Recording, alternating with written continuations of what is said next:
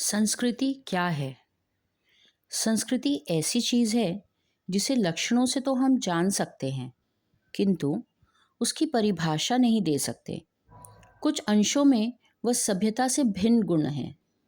अंग्रेजी में एक कहावत है कि सभ्यता वह चीज़ है जो हमारे पास है, संस्कृति वह गुण है जो हम में व्याप्त है। मोटर, महल, सड़क, हवाई जहाज, पोशाक, अच्छा भोजन, ये तथा इसके समान सारे अन्य स्थूल वस्तुएं संस्कृति नहीं हैं। सभ्यता के सामान हैं, मगर पोशाक पहनने, भोजन करने में जो कला है, वह संस्कृति की चीज़ है। इसी प्रकार मोटर बनाने और उसका उपयोग करने, महलों के निर्माण में रुचि का परिचय देने, सड़कों तथा हवाई जहाज़ों की रचना में जो ज्ञान लगता है, उसे अर्जित करने में संस्कृति अपने को व्यक्त करती है। हर सुसभ्य आदमी सुसंस्कृति होता है, ऐसा नहीं कहा जा सकता, क्योंकि अच्छी पोशाक पहनने वाला आदमी भी तबीयत से नंगा हो सकता है, और तबीयत से नंगा होना संस्कृति के खिलाफ बात है।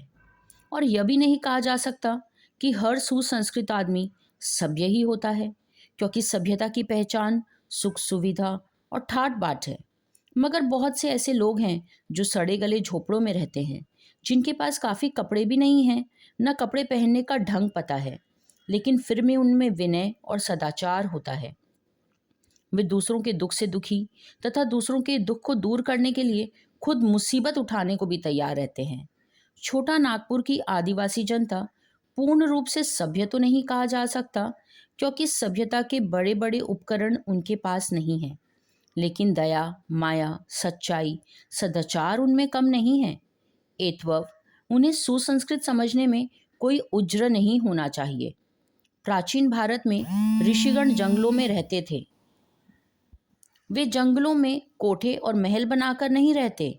फूस की झोपड़ियों में वास करना, जंगलों के जीवों और से दोस्ती और प्यार करना, किसी भी मोटे काम को अपने हाथ से करने में हिचकिचाहट नहीं दिखाना, पत्तों में खाना, मिट्टी के बर्तनों में रसोई पकाना, यही उनकी जिंदगी थी। ये लक्षण आज भी यूरोपीय परिभाषा के अनुसार सभ्यता के लक्षण नहीं माने जाते। फिर भी वे ऋषिगण सुसंस्कृति नहीं थे, बल्कि वे हमारी जाति की संस्कृति का निर्माण करते थे।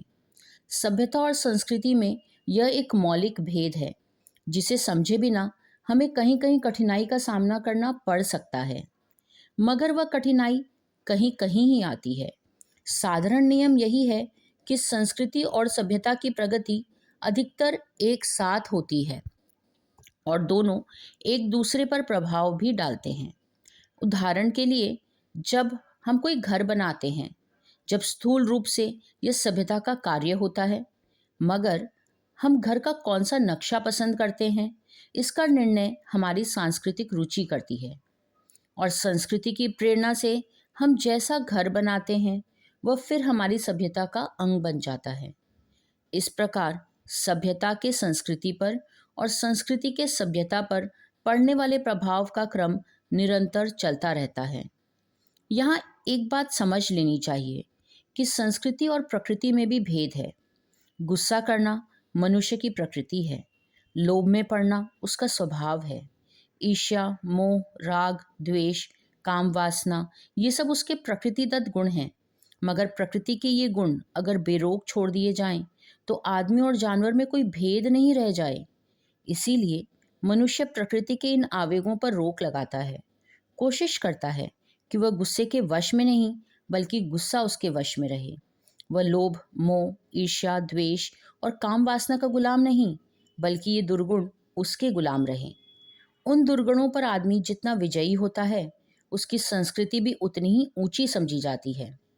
निष्कर्ष यह है कि संस्कृति सभ्यता की अपेक्षा महीन चीज होती है। यह सभ्यता के भीतर उसी तरह व्याप्त रहती है जैसे दूध में मक्खन या फूलों में सुगंध।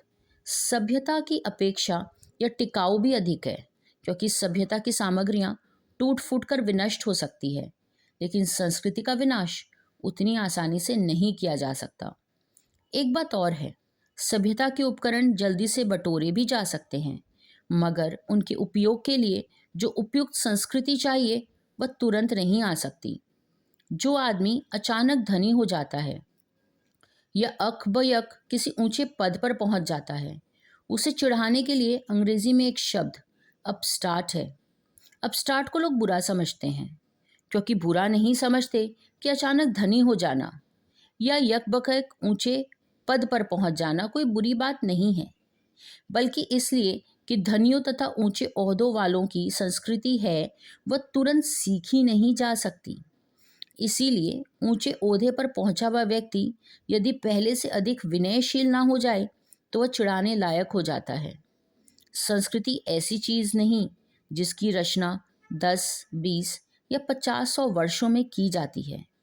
अनेक शताब्दियों तक एक समाज के लोग किस तरह खाते पीते हैं, रहते सहते हैं, पढ़ते लिखते, सोचते समझते और राजकाज चलाते, धर्म कर्म करते हैं, उन सभी कार्यों से उनकी संस्कृति उत्पन्न होती है। हम जो कुछ भी करते हैं उसमें हमारी संस्कृति की झलक होती है। यहाँ तक कि हमारे उठने बैठने, पहनने ओढ़ने, घूमने फिरने, रोने हंसने में भी संस्कृति की पहचान है। यद्यपि हमारा कोई भी एक काम हमारी संस्कृति का पर्याय नहीं बन सकता। असल में संस्कृति जिंदगी का एक तरीका है और यह तरीका सदियों से जमा होकर उस समाज में छाया रहता है जिसमें हम जन्म लेते हैं। इसीलिए जिस समाज में हम पैदा हुए, जिस समाज से मिलकर हम जी रहे हैं, उसकी संस्कृति हमारी संस्कृति है। अपने जीवन में हम जो संस्कार जमा करते हैं वह भी हमारी संस्कृति का अंग बन जाता है। मरने के बाद हम अन्य वस्तुओं के साथ अपनी संस्कृति की विरासत भी अपनी संतानों के लिए छोड़ जाते हैं।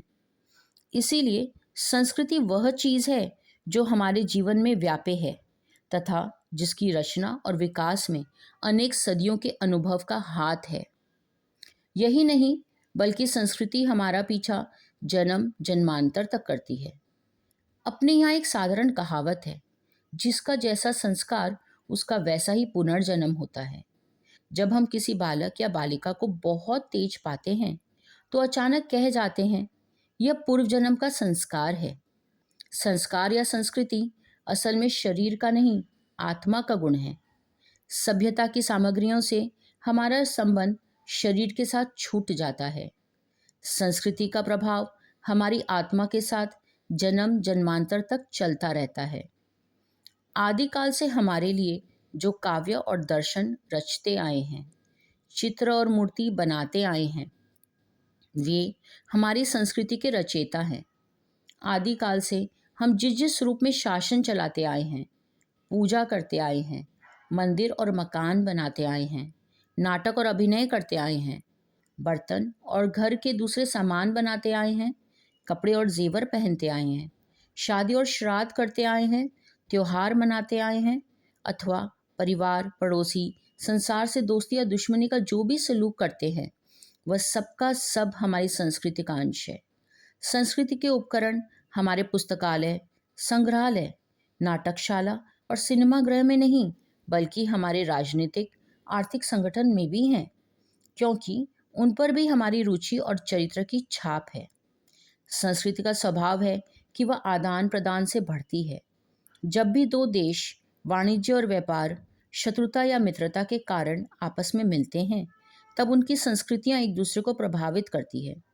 ठीक उसी प्रकार जैसे दो व्यक्तियों की संगति का प्रभाव दोनों पर पड़ता है। संसार में शायद ही कोई ऐसा देश है जो यह दावा कर सके कि उस पर किसी अन्य देश की संस्कृति का प्रभाव नहीं।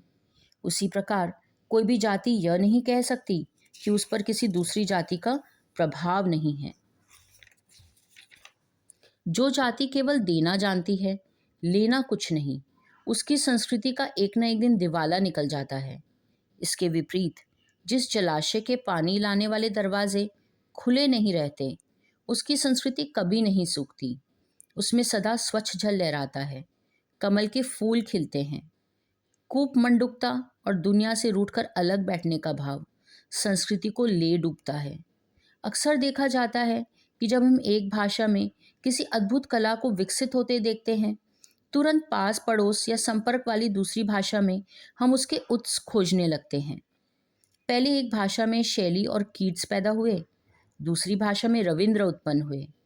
पहले एक देश में बुद्ध होते हैं, दूसरे देश में ईसा मसीह। अगर मुसलमान इस देश में नहीं आए होते, उर्दू भाषा का जन्म नहीं होता, न मुगल कलम की चित्रकारी यहाँ पैदा होती। यूरोप से भारत का संपर्क नहीं होता तो भारत की विचारधारा पर विज्ञान का प्रभाव देर से पड़ता। राम मोहन राय, दयानंद, रामकृष्ण परमहंस, विवेकानंद और गांधी में से कोई भी सुधारक उस समय जन्म नहीं लेते जिस समय उनका जन्म हुआ। जब भी दो जातियां मिलती है, उनके संपर्क या संघर्ष से जिंदगी की नई धारा फूट निकलती है, जिसका प्रभाव दोनों पर पड़ता है। आदान प्रदान की प्रक्रिया संस्कृति की जान है और इसी के सहारे वह अपने को जिंदा रखती है। केवल चित्र, कविता, मूर्ति, मकान और पोशाक पर नहीं, सांस्कृतिक संपर्क का प्रभाव दर्शन और विचार पर भी पड़ता है। एक देश में जो दार्शनिक और महात्मा उत्पन्न होते हैं, उनकी आवाज़ दूसरे देशों में भी मिलते जुलते दार्शनिकों और महात्माओं को जन्म देती है। एक देश में जो धर्म खड़ा होता है, वह दूसरे देशों के धर्मों से बहुत कुछ बदल देता है। यही नहीं, बल्कि प्राचीन जगत में बहुत से ऐसी देवी देवता मिलते हैं जो कई जातियों के संस्कारों से निकलकर एक जगह जमा हुए। एक जाति का धार्मिक रिवाज दूसरी जाति का रिवाज बन जाता है और एक देश की आदत दूसरे देश के लोगों की आदत में समा जाती है। इत्वव सांस्कृतिक दृष्टि से वह देश और वह जाति अधिक शक्तिशाली और महान समझी जानी चाहिए, जिसने विश्व के अधिक से अधिक देशों, अधिक से अधिक जातियों की संस्कृतियों को अपने भीतर जब्स करके, उन्हें पचा करके बड़े से बड़े समन्वय को उत्पन्न किया। भारत देश और भारतीय जाति इस दृष्टि से संसार में सबसे महान है, क्योंकि यहाँ की सामाजिक संस्कृति में अधिक से अधिक जातियों की संस्कृतियाँ पची हुई है।